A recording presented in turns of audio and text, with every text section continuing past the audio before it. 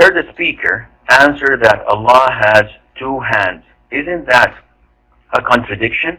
Because Allah says that there is nothing like Him and that nothing is comparable to Him. Jazakallahu khairan. Wa jazakum. Well, actually, this is the actual truth. Allah the Almighty has two hands. And this is proven in the Quran, if you recite the Quran. And also, it is mentioned in the authentic hadith.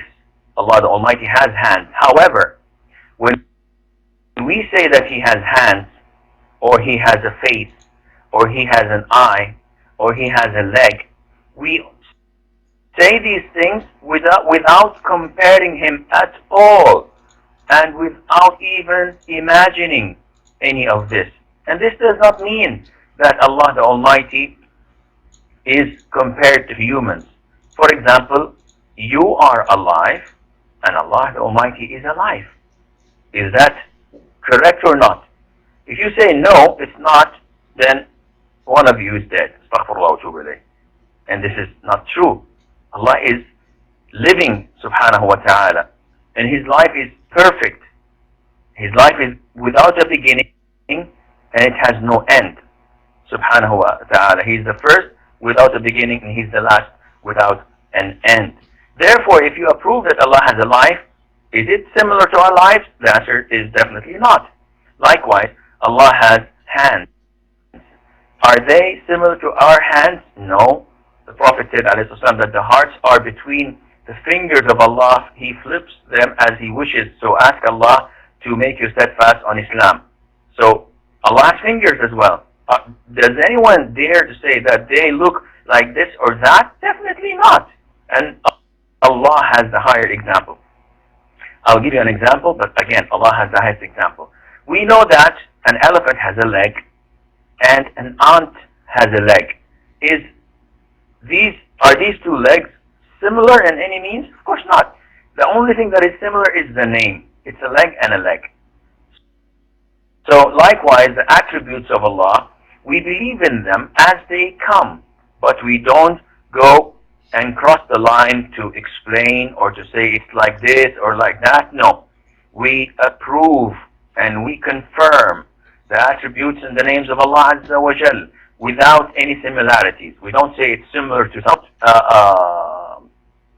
giving it, I don't know how to say it in English. So in Arabic it says that بلا تكييف ولا تمثيل ولا تشبيه ولا تعطيل.